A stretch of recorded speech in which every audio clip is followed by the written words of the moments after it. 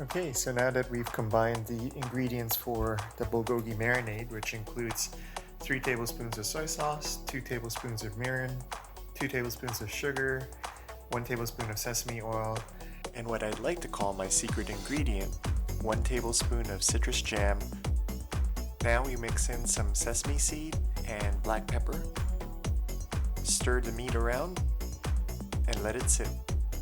We'll be adding some chopped onion and garlic into the marinade. We'll save the other half of the onion later for when we stir fry the bulgogi.